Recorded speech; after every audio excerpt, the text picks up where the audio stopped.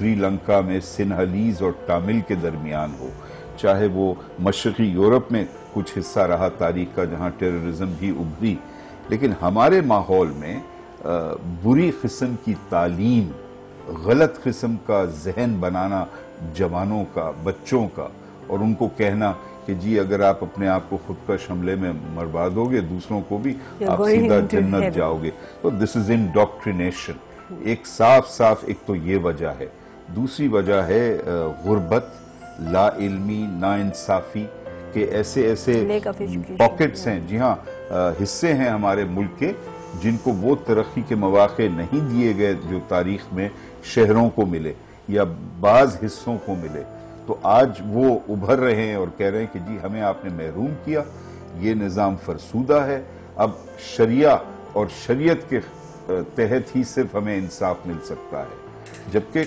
بڑا حصہ پاکستان کے آئین کا وہ آلریڈی ایک اسلامی اصول پر مبنی ہے، تو ہمیں نہیں چاہیے کہ یہ فرسودہ جو ذہن ہے اس کو فروغ دیں۔ اور پھر ہمارے اپنے نظام کی نااہلیت ہے کہ وہ قبل از وقت کے کوئی جا کر دھماکہ کرے، پہلے ہی ہمیں شناخت کرنی چاہیے، ہمیں کوشش کرنی چاہیے کہ پہچان لے کہ کہاں سے یہ لوگ جنم کر رہے ہیں، لے رہے ہیں، کہاں سے ان کو اسلحہ مل رہا ہے، تاکہ پہلے سے ہی ہم اس کو روکیں۔ تو وجوہات کئی ہیں، بین الاقوامی بھی ہیں، علاقائی بھی ہیں، اور اس میں سب کچھ ٹوٹ پڑے۔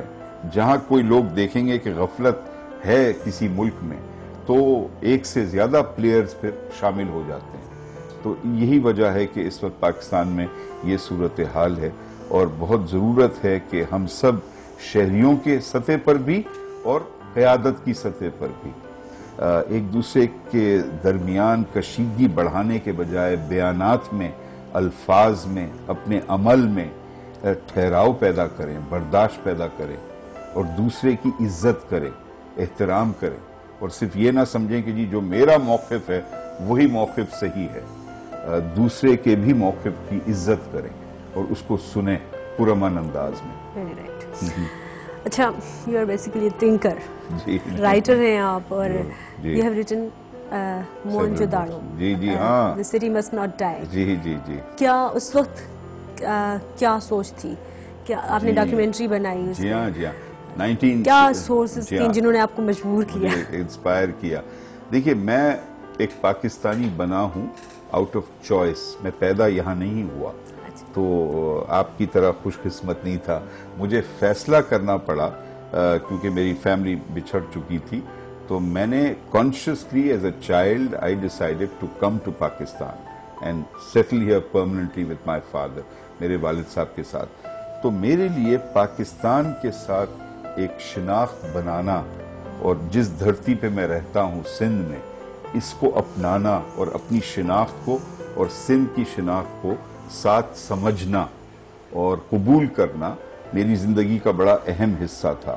تو 1972-73 میں جب پاکستان ٹیلی ویژن نے مجھے دعوت دی کہ موہنجو داڑو کے موضوع پر ایک بین الاقوامی کانفرنس ہونے والا تھا، جس کا افتتاح اس وقت پرائم منسٹر ذوالفقار علی بھٹو کرنے والے تھے، تو انہوں نے مجھے دعوت دی کہ آپ اس موضوع پر ایک ڈاکیومنٹری بنائیں۔ تو جب میں نے تحقیق کی تو پتہ چلا کہ دریائے سندھ کے رخ کے بدلنے کی وجہ سے موہنجو داڑو کا جو زبردست ایک ذخیرہ ہے ہمارے پاس، اس کو شدید خطرہ تھا۔ It was eroding the foundations of Mohenjo داڑو۔ سو میں نے جو تصور کیا، جو اسکرپٹ میں نے لکھی، اس کا ٹائٹل ہی میں نے یہ دیا، موہنجو داڑو، اور موہنجو داڑو جیسے آپ جانتے ہیں سندھی میں it means the mound of the dead, وہ شہر جو کبھی ختم نہیں ہونا چاہیے، کیونکہ یہ پورے انسانیت کا یہ کی دولت ہے۔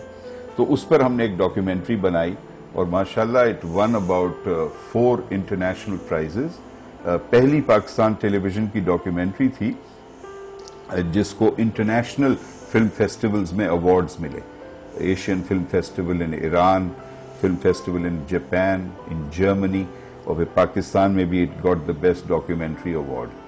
تو the voice over I requested Aslam Azhar, جن کی بڑی اچھی آواز تھی، اور پھر ہم نے محمد نثار، ہمارے بہت اچھے کیمرامن تھے، انہوں نے اس کی فوٹوگرافی کی، and then we had Sohail Rana to provide the music.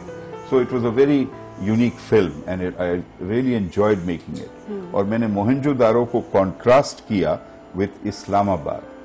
Because 5,000 years ago, Mohenjo-daro was a perfect example of planning.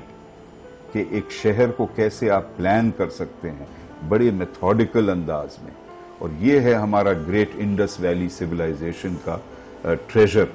اور میں نے کوشش کی دیکھنے کی کہ کیا ہم نے اسلام آباد بناتے وقت وہی روشن خیالی دکھائی ہے جو ہمیں موہنجو-دارو میں نظر آتی ہے. تو it was a very personally very stimulating experience.